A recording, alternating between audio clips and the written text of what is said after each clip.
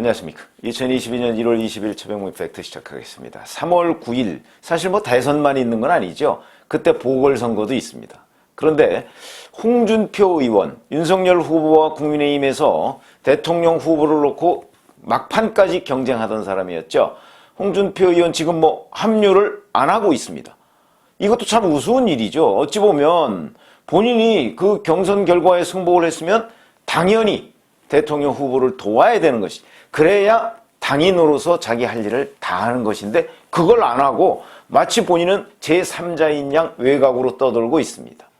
그리고 나서 얼마 전에 이제 윤석열 후보와 한번 만났는데 그때도 별다른 성과가 없었습니다. 왜 성과가 없었을까요? 근데 어제 또 만났습니다. 만났는데 어떤 일이 있었는가?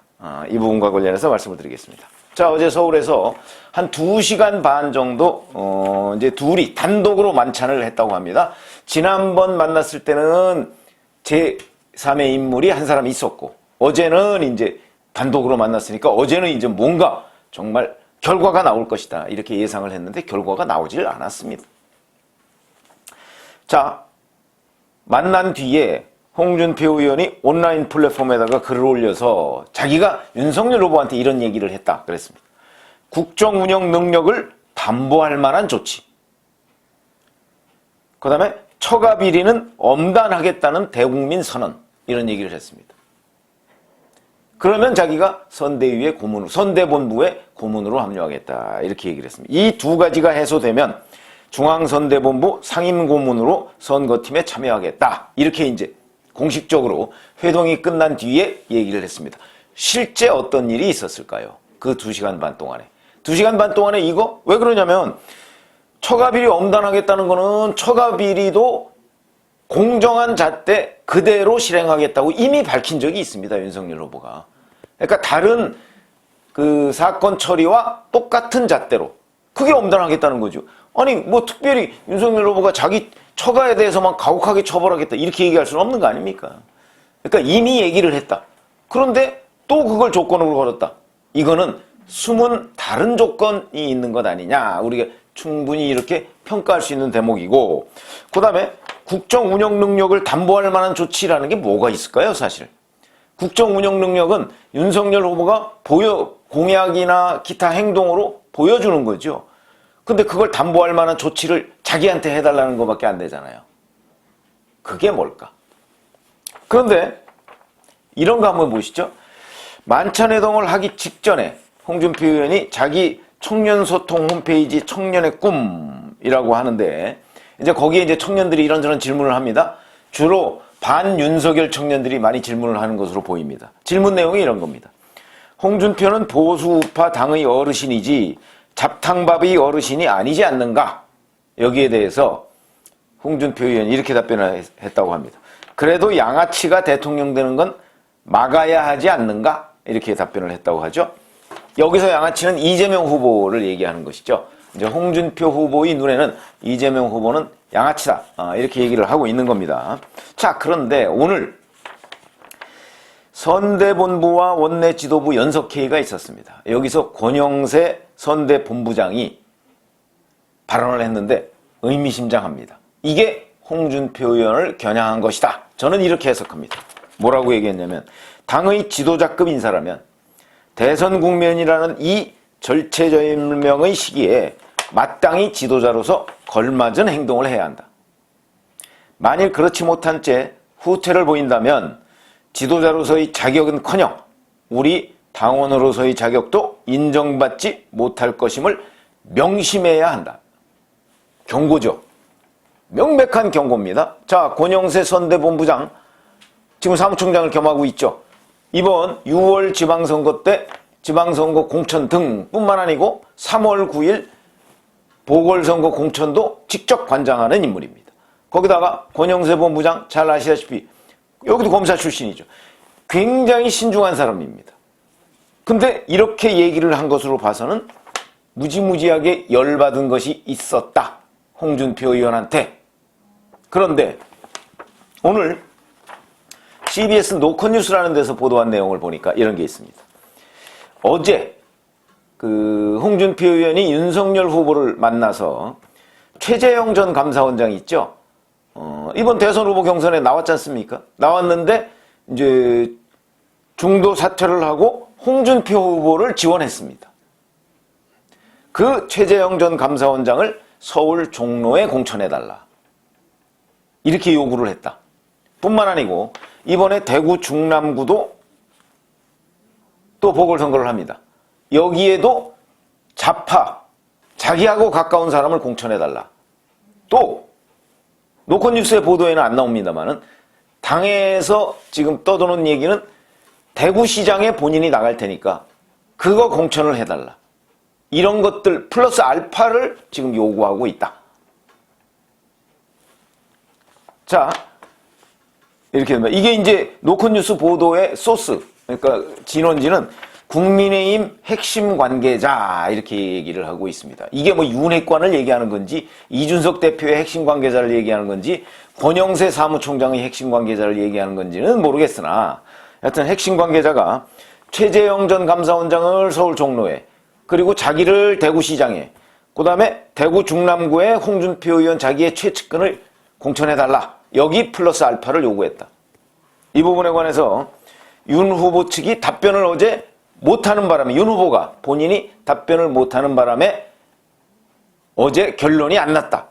뭐 이런 게 이제 대략 CBS 노컷뉴스의 그 기사 요지입니다. 자, 그럼 이거는 맞는 얘기일까요?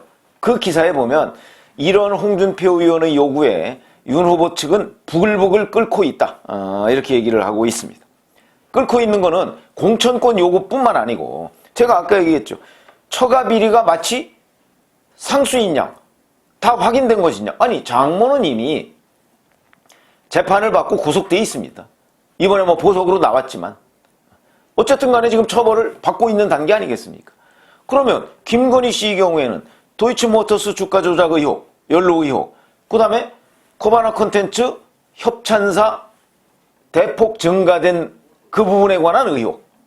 그거는요, 작년, 벌써 재작년이네요. 재작년 11월 초부터 검찰이 반부패 강력수사 2부를 동원해서 대대적으로 압수수색을 하고 수사를 진행하고 있는데 벌써 해를 2번 넘기고 1년 한 3개월째 되네요. 3개월째 되는데 아직도 밝히지 못하고 있습니다. 김건희 씨 단 한 번도 소환조차 못하고 있습니다. 더군다나 도이치모터스 주가 조작 의혹과 관련해서는 작년 12월 달에 이미 주범, 종범, 공범 다 재판에 넘겼습니다. 김건희 씨는 소환조차 못했습니다. 그러면 없는 거 아닙니까? 그럼에도 불구하고 당내에서 자기 당의 후보를 지원해야 할 의무가 있는 당인으로서 홍준표 의원이 이런 걸 마치, 그러니까 김건희 씨가 마치 비리의 주범인 양 이렇게 얘기할 수가 있느냐 과연. 저도 그 부분에는 동의합니다. 그렇지 않습니까? 지금 1년 넘게 검찰이 수사해서 하나도 나온 일이 없는데 그 검찰은 지금 친윤석열 검찰이 아닙니다. 친문 검찰이죠. 그리고 친박범계 검찰입니다. 거기서 하나도 지금 밝혀내지 못한 사실을 당내에 있는 홍준표 의원이 마치 사실인 것처럼 이거는요 결국은 본인의 공천권 요구를 덮기 위한 그거를 위장하기 위한 대외적인 요구에 불과하다. 저는 그렇게 해석을 합니다. 그래서 저는 노컷뉴스의 보도가 맞을 거다. 왜 그러냐면 사실은 이런 얘기를 공천권 요구하고 있다는 얘기를 제가 오래전에 들었는데 확인하기가 사실 좀 애매한 점이 있어서 제가 말씀을 안 드린 적이 있는데 오늘 마침 뭐 보니까 노컷뉴스가 보도를 했더군요. 이런 얘기를 저도 오래전부터 듣고 있었습니다. 그러니까 결국 홍준표 의원이 윤석열 선대본부에 합류하라는 거는 자기 세력을 넓히고 자기 영향력을 넓히기 위해서다. 무슨 뭐 처가 비리 엄단 뭐 이런 것들 이거는 다 대외적인 명분이다. 그래서 제가 홍준표 의원의 합류의 겉과 속이라는 제목을 다룬 겁니다. 자, 이렇게 되면 결국 그러니까 바로 권영세 선대본부장, 권영세 사무총장도 한때 유력한 경선 후보였던 홍준표 의원을 겨냥해서 그 신중하다는 권영세 본부장이 직격탄을 날린 겁니다. 지도자답게 행동하라. 그거 아니겠습니까? 어떻게 보십니까? 물론 노컷뉴스의 보도가 오보일 가능성도 있지만 저는 오보일 가능성이 없다고 봅니다. 왜냐하면 제가 그동안에 당에서 증거는 못 잡았지만 이리저리 좀 취재한 것과 상당히 일치하는 내용이기 때문에 저는 노컷뉴스의 보도가 맞는다. 이렇게 생각을 하거든요. 여기에 하나 더 홍준표 의원 본인의 대구시장 출마를 위한 공천권 이것까지 더 있다. 어제 그 얘기를 했는지 모르겠으나 그거는 뭐 당내에 지금 파다합니다.